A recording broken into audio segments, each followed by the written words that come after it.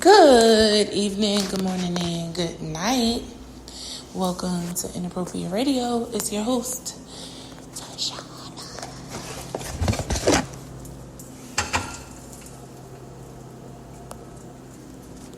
If this is your first time tuning in, hi, hello, welcome, thank you. Get on in here. No periodic table or alien talk. However, you already know the creator came through with a message. All right. Y'all, God is hilarious. I got this download maybe about 2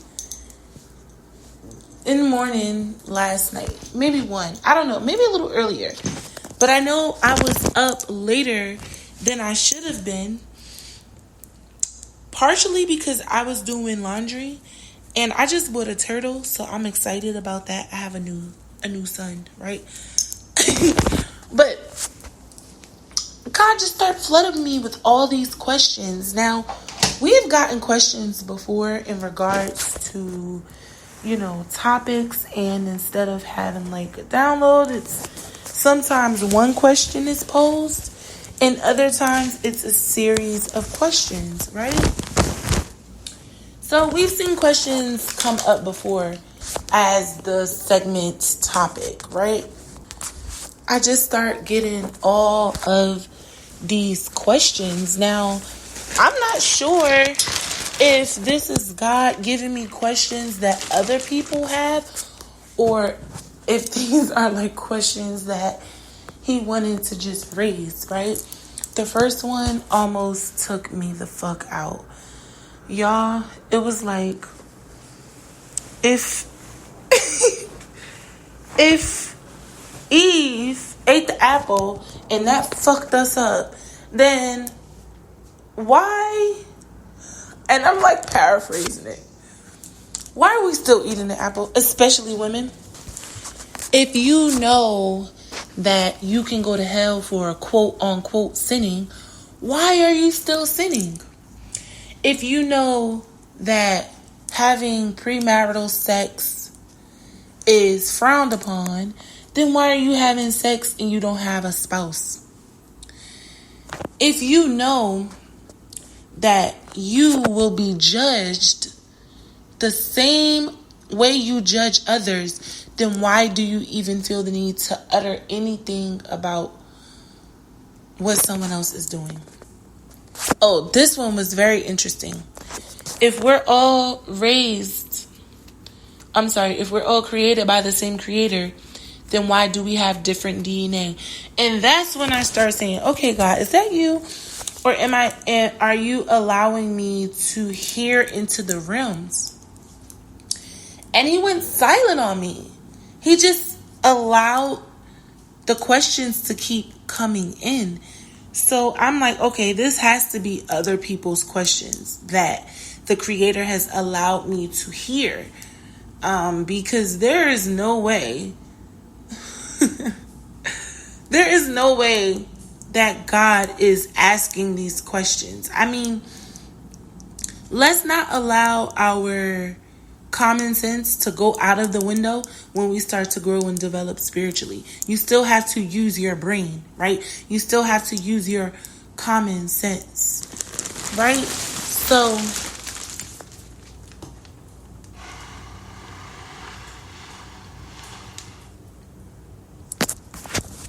I think that was, a big part of like, what? What am I hearing? Is this really, a real conversation? Am I really hearing this? It's not my thoughts, because I know why we still eat apples. The apple is one of the most original fruits there is, as far as this day and age. The apple is the earliest fruit for this timeline and the oldest fruit for another. The apple symbolizes knowledge and, things of that nature. But when we are talking about actual fruit, actual food, and how we can look at food as one of those things that can tell a story, the apple can tell a very, very wide, long, narrated, variated story. The apple is one of the things that can grow anywhere at any time.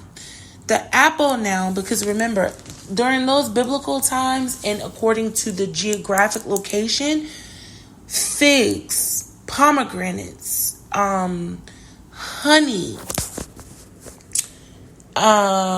blackberries, right? Out of all the berries, blackberries would have been amongst some of the most available fruits, right?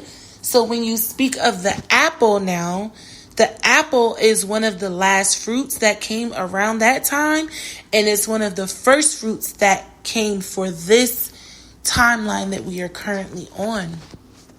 And I think that's a whole different topic, right?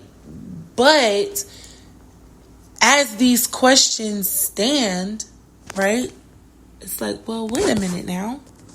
What are these questions really alluding to? Again, I know the answer to some of these questions, so they were not my questions. For those of you who believe that I am projecting, right? And there's tons, right? But I'm just naming the ones that were funny and the ones that kind of like stood out more than others. The thing is, they came through as the creator's voice. Most of the time when the creator allows me to hear into the realm, I can hear other people's voices. I know God's voice. So when I heard this stuff, I was just like, wait. Wait. Are y'all serious? Like, are y'all sure? Like I said, it wasn't me. It wasn't my voice. It wasn't God's voice. It wasn't the creator's voice. It wasn't the Most High's voice, right? It was his voice. It wasn't other people's voices. So that's why I was like, wait, why would God be asking me a question like that?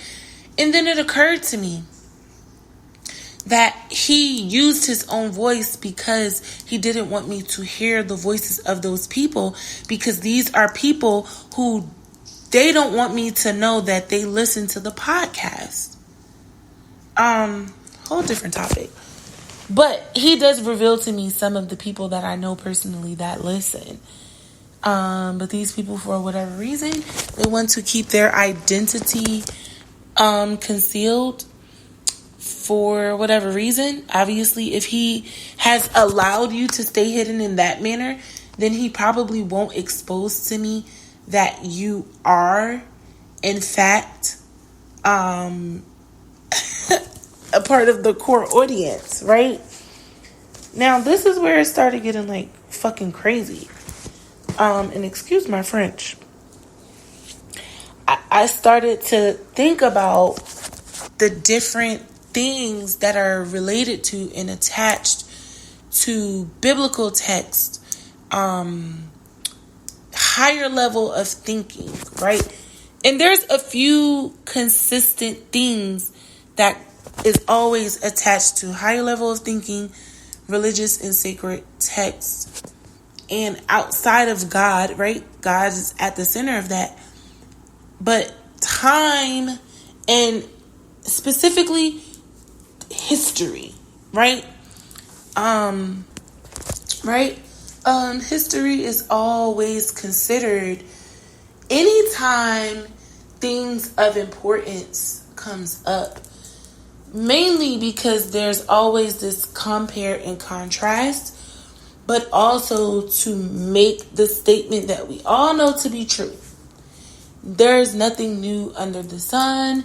History repeats itself. Yada, yada, yada. Right? So, now, having that relationship with the past and the ability to understand those things is cool. But having that relationship with the Creator, oh my goodness. It puts you in a position to be able to thrive. A lot of the times we have these experiences in the world, and we don't really consider how history is affecting even the way we think and operate still today. So I think when those questions start looming and you start really thinking about where you fit in all of that, it starts to change your perspective. And the beautiful thing about this is we can literally look up anything we want to in this day and age. I mean, your geographic location makes a bit of a difference, but all in all, seriously, you can do research, thorough research. You can go 1 or 2 towns over if you need to be able to access bigger libraries and larger broadbands, right? This topic is mainly about people who need to do a more thorough investigation on spirituality and just who they are, where they come from, what they need to start paying attention to, the things that made a difference in their lives. Having the option to thrive, right? In all of that is it's not, something that people get to do every day. So if you have the ability and the option, because remember, this is a choice. You don't have to step into spirituality. You don't have to answer the call. You don't have to be a part of it. Most people who make the full commitment to spirituality and they actually do answer the call are people who probably been through more hell than someone who is proud to be sinning. That is the beauty of it all, because you get to see the change. You get to see the 360, and it's proof that the Creator is working in your life. Now, if you have made all these changes and you believe that you've done it on your own and it's not the hand of the Creator, orchestrating things in your life, it's not His mercy, His might and His plan over your life. I hate to burst your bubble, but that ain't all you, sweetheart. You did your part, He did His. Because, and I'm going to combat that. There are people who don't want to make changes and they're forced to change because of the hand of God.